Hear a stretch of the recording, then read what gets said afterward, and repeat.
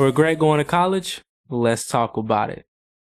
I regret going to college, and the reason I say that is because I was the one who did it all. I was student body president. I did all the clubs. I did all the great internships. I went out to DC. I did all the fancy internships out there. And I came back and I'm still in the same position. You know, I still live in the hood. I realized that if I want to make the money that I want to make, I'm going to have to take charge and do my own thing. So that's what I've been doing, like my own business. I'm trying to start it. And it's like so heartbreaking because you put so much effort and energy into hoping that your situation changes just for you to realize that that was never the path for you. What I'm going to say in reply to that video is I'm a little biased, I would say. And here's why I would say I'm biased. I would say I'm biased because I went to college. I did all the internships. I was involved in all those good things, and it actually worked out for me. Maybe I was just one of those lucky ones, one of those lucky students to where, I got an internship kind of easily, and then I did 3 internships, right? So I had many opportunities, and I feel like it was never that, college student struggle for me. I had a job lined up for whenever I graduated with the company of my choice. A bunch of different things that worked out in my favor. That could have been the world working for me, karma, all these good things if you believe in those, right?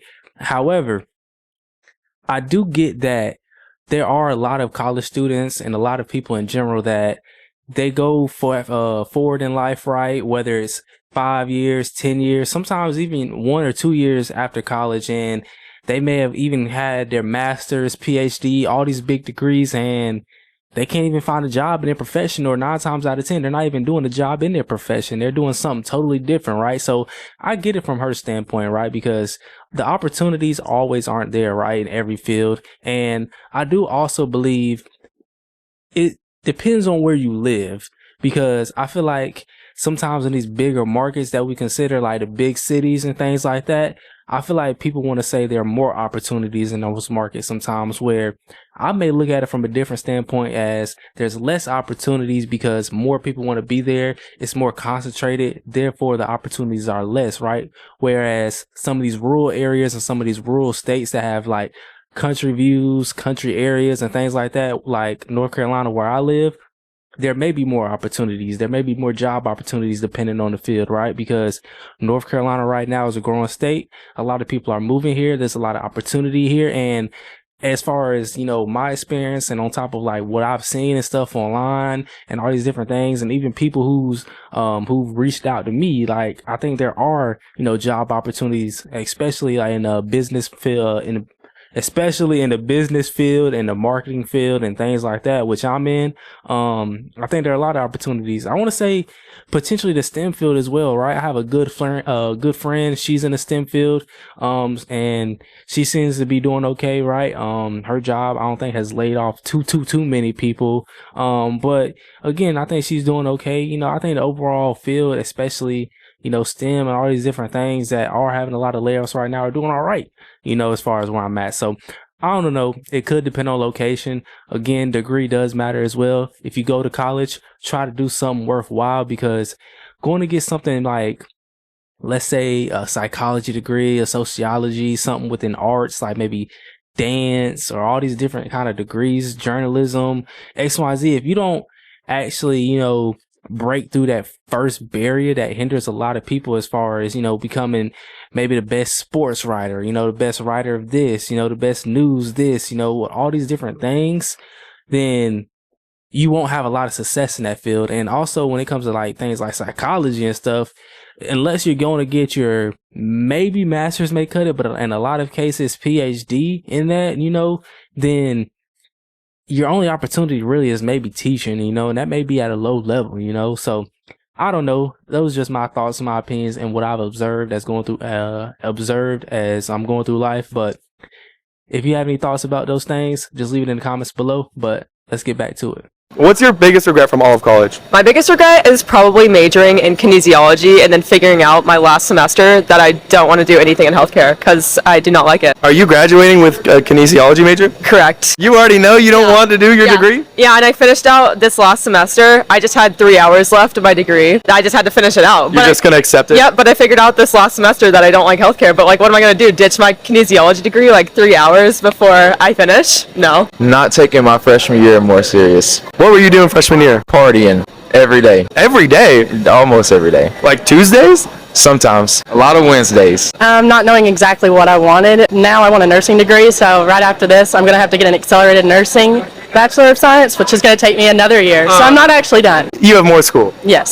As you can see there, that's a prime example, right? They are graduating with their degrees and they're already regretting their degrees. Or like the other girl said, she's realizing that's not what she wants to do, and one other one is like, I don't know if that's what I want to do either, and I'm gonna go do nursing, right? And so maybe that's potentially more college debt, of course, more time spent in school, time you could be working, earning good things of that nature, right? However, I do feel like there is another side to it, because I don't feel like a college degree defines everything, right? I feel like nowadays, I think a lot of employers, unless it's a specific field, like, I don't know, like she mentioned, maybe a doctor or something, maybe in STEM, a lot of degrees are really flexible.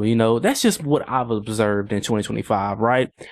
A lot of degrees, no matter if it's, let's say, like she mentioned, a regular, let's say healthcare degree, a lot of healthcare degrees, believe it or not, you could get a business job with that, right? If you know the right people, the right business willing to give you opportunity, because a lot of jobs, they'll give you on the job training and things like that, right? And for me, I've observed that a lot of these degrees, as long as you have the general education, then you can kind of be widespread and not even do something within your specific field and still have a successful career, as long as you stick with a company, right? And get that real good experience. Therefore, it gets to a point where after so many years in the workforce, your degree really doesn't matter. It matters more about your work experience, your skills, and things like that. So that's why I say a lot of degrees out here are flexible. As long as you get through that first, door, get in, get your feet wet, those kinds of things, right? And also, I want to add this for all my up and coming college students or college students who haven't graduated yet, or maybe thinking about switching their majors and stuff like that. Be patient, right? If you have to take a different route as far as not going to university right away, maybe going to community college or something like that, your first 2 years, trying a bunch of different things out, don't be ashamed to do that, right? I know when I was coming up, even though I'm not that old, people in a lot of ways looked down upon other students who went to community college, as they were less, like they weren't as smart, and all these different things, when in turn, they were saving themselves a lot of money, right? Getting the same general education that you would get in your freshman or sophomore year as somebody at one of these super duper expensive universities, right? So be patient, man. Or sometimes I know people say if you don't do it right away, then you're not going to do it at all, right? But I don't believe that. If you have the drive and the motivation, if you do something like a gap year and want to figure out what you want to do, maybe that's actually trying those things that you say you may want to do and getting those experience. Maybe it's walking up to different businesses like, hey, you mind if I do a little shadowing here, a little mentorship here, and I'll do it for free sometimes, right? Just maybe a week or two where you can get that on the job site experience, to see if this is actually something I want to do, right? You're able to observe how people's emotions are, the work-life balance, all those good things, right? So don't be afraid to, put yourself first, right? Take a different, untraditional path, than maybe the normal student would take, right? But anyways. So I'm 29 now, have a master's degree, but I did make some mistakes in college that I wish I could go back and fix. So here's what I would tell you if you were a student or a soon-to-be student coming into my counseling office. Here's what I would say. Number one, choose something smart. I chose physics. It was not the smartest. It sounded cool, but after I graduated, it was hard to find a job. It wasn't until I got a master's in civil engineering where a job lined up for me. So before you tell me in the comments, oh, my friend studied, you know, US history from 1800s to the 1900s and they have a great job, they work at the Smithsonian. That is not the case for most people, okay? Same with like liberal arts, philosophers. You're not going to become the next Socrates. Psychology, also very hard. Cool field, but it's hard to get a job, man. Just telling you what it is. Number two, I wish I was more social. I do not have very many friends, which is fine because I have a family now and I have, you know, extended family and all that. But when you sit down in a college class, people all around you are feeling as awkward as you. I wish I would have just turned around and be like, yo, what's up, man? Give him a little fist bump. My name is Hunter. You know, you don't even have to shake your hand. You don't, it's kind of more intrusive to like feel someone else's palms, but just give them a fist bump. What's up? My name is Hunter. How are you? You know, I'd say that to people behind me, in front of me, and just, you know, you never know where the connections can lead you. So those are my 2 tips. I actually kind of like the things Hunter said a lot, right? He mentioned a lot of things that I've mentioned as well. Make sure that you get a degree that's worth something, worthwhile as far as the field. Also, another good point that he mentioned, right? Being social, networking. I feel like a lot of people don't always take those things serious when they go to college, right? Maybe they're social from the aspect of they meet other people just like them or like-minded people like them, but it's more so in a setting that doesn't really matter, right? Maybe it's a party or maybe it's this fun event, things like that, right? As far as actual things that are going to matter 10 years down the line, right? Business connections, business networking, things like that.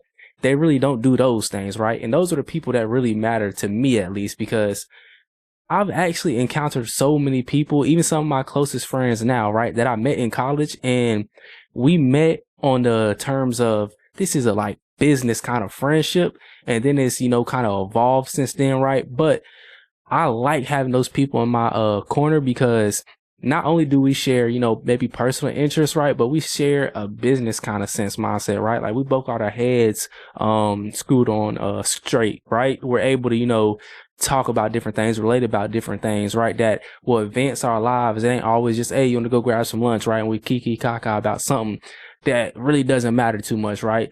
We talk about things that can actually excel and advance our lives, help change our lives, you know, advance our families' lives and things like that, right? And those are the things that I think, you know, just really stick with me at this point in my life, right? Whereas I'm trying to build my life, become more successful and stuff like that, you know, hone and focus on those connections that are going to, you know, benefit you in a different aspect of just having another close friend, right? Because I'm a believer that I think we've all had, you know, those 1 or 2, maybe 3, 4, 5, 6, however many, depending on how lucky you are, right? Close friends that you can have an emotional connection with, do a lot of fun things with, right?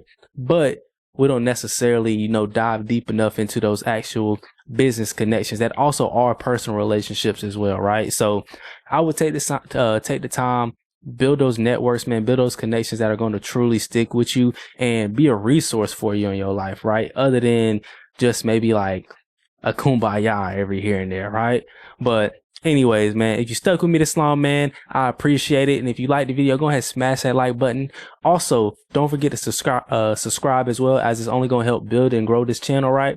I'm going to reiterate it every video.